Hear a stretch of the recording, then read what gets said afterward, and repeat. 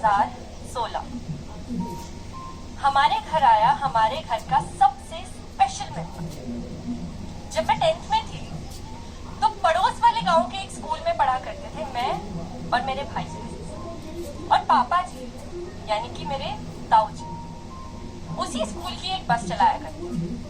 तो मेरी और मेरे भाई बहनों की सीट तो एकदम फिक्स थी।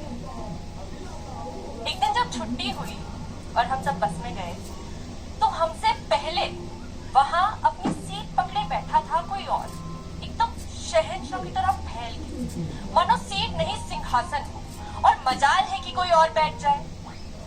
अब ये शहंशाह हमारे साथ हमारे घर आया और आते ही सबका फेवरेट बन गया। मम्मी पापा ने ना मेरा और मेरे भाई बहनों का नाम तो तुक्के से रखा था, मतलब है नहीं, हमारे नाम की कोई स्टोरी नहीं है, लेकिन इस स्पेशल मेंबर का नाम इसके आने से पहले डिसाइड किया। जर्मन शेफर्ड और लैब्राडोर का एक ऑथेंटिक मिक्स ब्रीड, रात के आसमान जैसा काला जिसकी गर्दन पे था चांद के जैसा छोटा सा सफेद बालों का पैच, शक्ल से एकदम भूल और आंखों से एकदम नशेड़ी, गले में लाल पट्टा और खून में इसके भरी थी फूट फूट की आवारा गली। मैडी हमारा कुत्ता, किसी के कुत्ते को कुत्ता कह दो तो लोग एकदम जज्बाती हो जाते कि ये वो कुत्ता नहीं है, पर सच कहूं ना दोस्त तो वो कुत्ता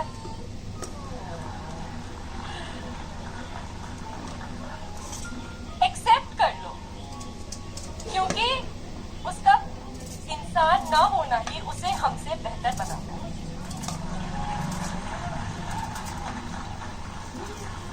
जी, मैडी को अपने दोस्त के एक फार्म से लाए थे पापा जी, और आते ही ना मतलब इस हीरो ने गली में अपना फुल टशन जमा दिया, क्योंकि गली की इकलौती कुतिया को पटाया।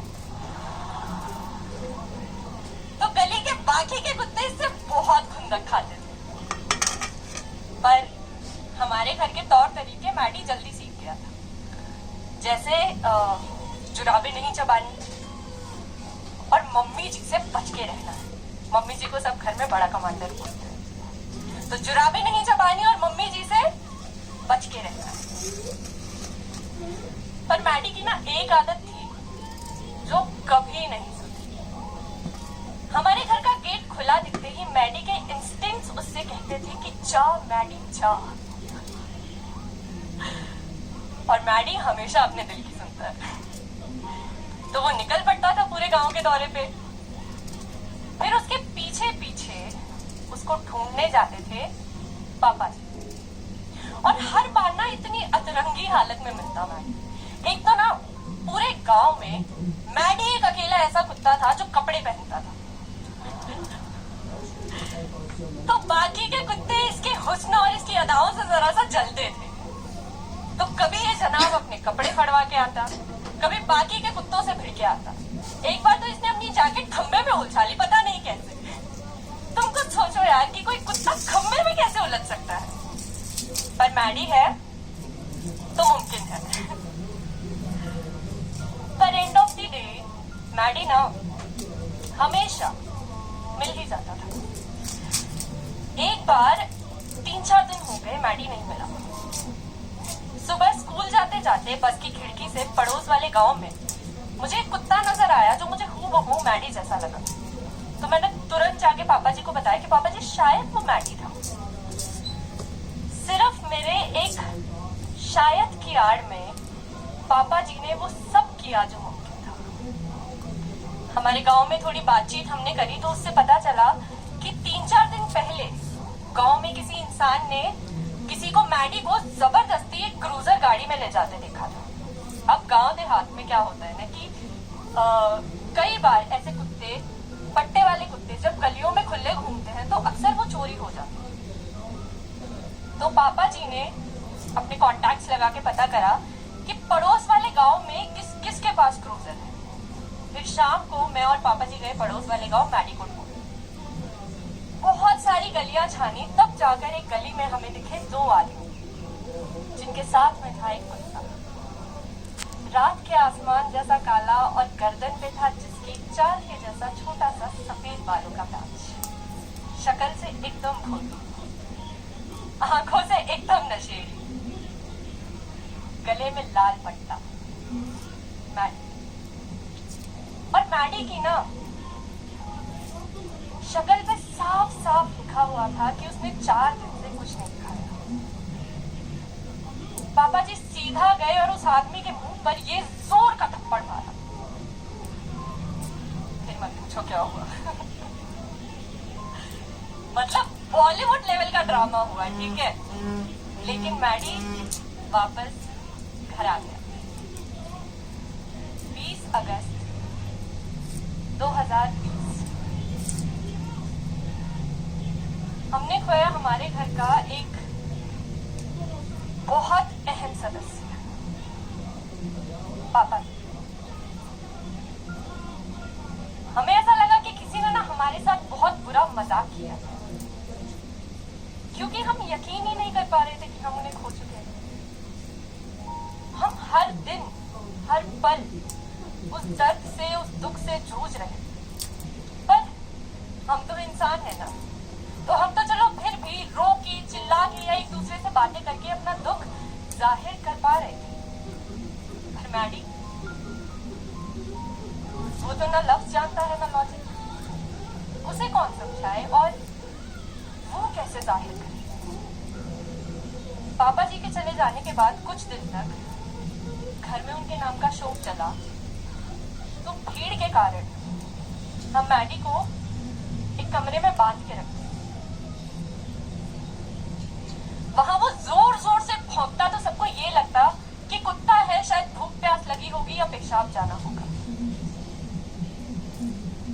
कुछ दिन बाद शोक खत्म हुआ, दुख रह गया। घर में ना एकदम सन्नाटा सा छा गया।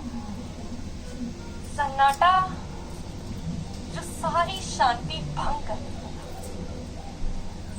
वक्त के चलते मैडी भी बहुत शांत सा हो गया।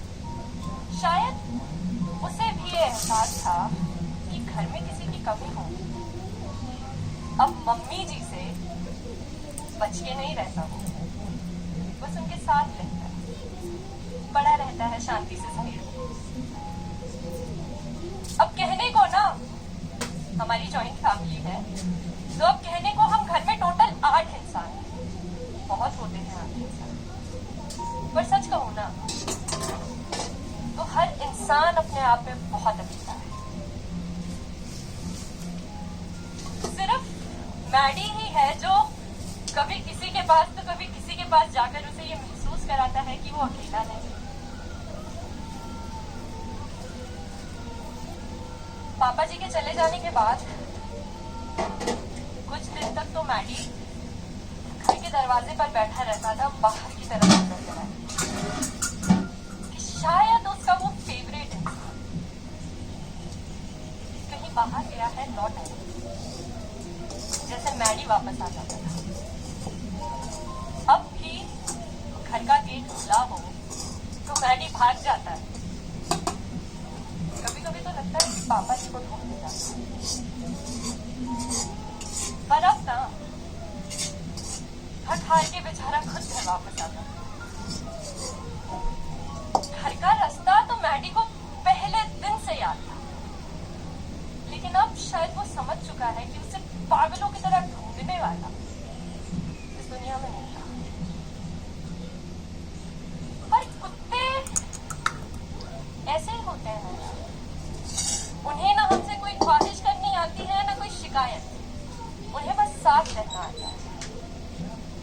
वो शुरुआत से हमें पहचानना सीखते हैं। उन्हें हमारी शक्ल, हमारा टच, हमारी महक, हमारा एहसास सब याद रहता है। हम कुत्तों को अपना दोस्त नहीं बनाते, वो हमें अपना दोस्त बनाते हैं।